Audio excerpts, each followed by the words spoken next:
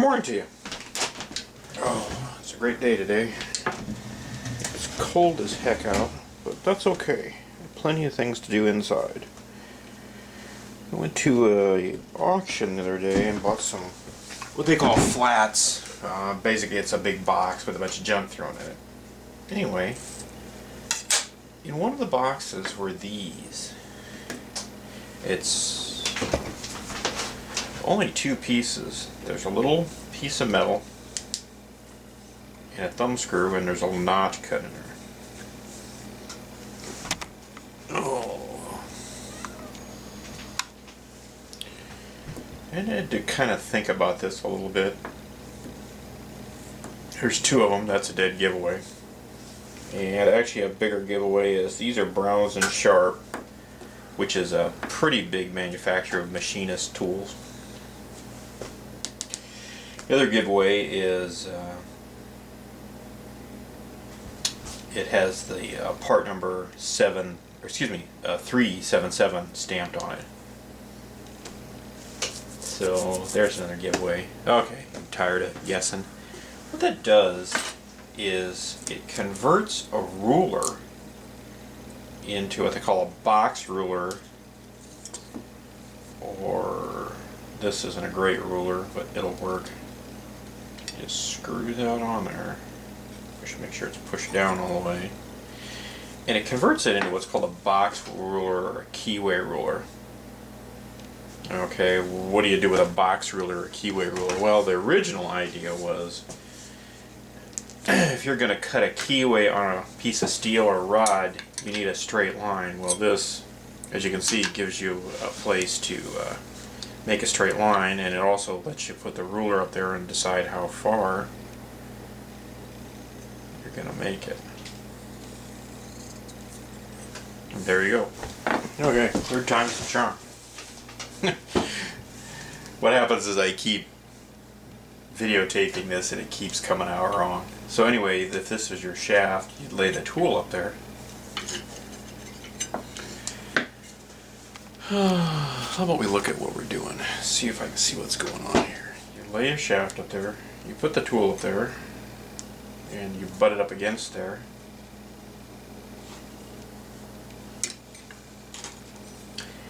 And you take your scribe or your marker or whatever you're going to do, you draw your little line, and there it is. It's nice and parallel. There. I watched it, I saw it, it'll come out right, I'll edit it in. Anyway, thank you. Doesn't look like a lot, but it's kind of a clever little idea, especially if you're doing a lot of work with shafts. And I'll bet that wasn't a cheap tool. It was a little attachment for a better ruler, probably. It was probably something that somebody bought separately. I paid real money for, and then it ended up in a box that nobody wanted for $5 with a bunch of other boxes. I got 4 boxes of stuff. Always pays to look this stuff up. Two things happen when you find these little gadgets and you look them up. First thing that happens is if you don't know what it is, you'll learn something. I've never seen one of these before, but I'm not a machinist. I'm interested in machining, and I know what some of the tools are, but some of the more specialized machinist tools that are a little, not quirky, but more specialized or infrequently used, you don't see very much. I don't know what they are. The second thing is that actually might be worth some change. I looked online and seen somebody trying to get $50 out of this. Now, asking $50 and getting $50 are two different things, but it's interesting. And actually, if you were doing that, if you worked at like a motor shop or a shaft shop or someplace where you cut a lot of keyways, that probably could be a valuable tool.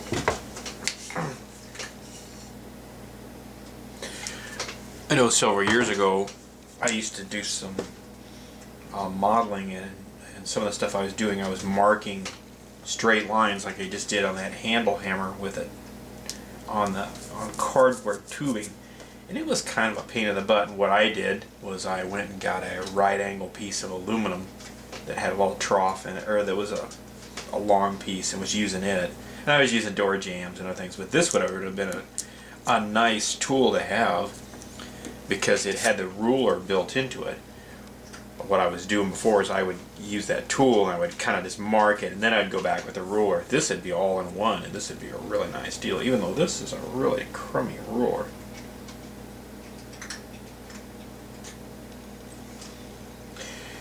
And there's some other little things you learn on these things.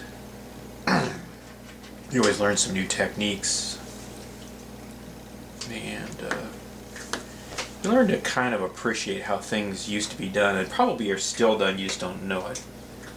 There's a kind of a big world out there that's all, not secret, but sort of unobserved or hidden from view from the average person.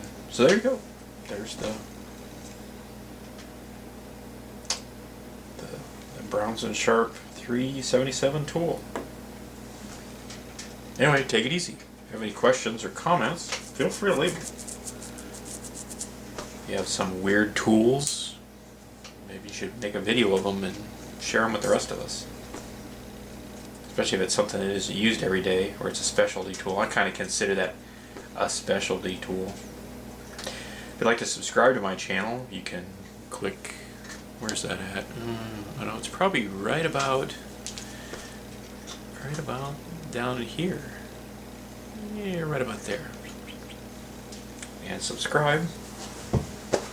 Do other things besides you bring home weird old tools. I have a lot of electromechanical, mechanical, electronic, electrical things I do, and a lot of these videos are kind of over-the-shoulder type things, or things I'm doing, or just things I think people might be interested in. It's a big world out there. You never know what you might learn. Anyway, take it easy. Have a great day.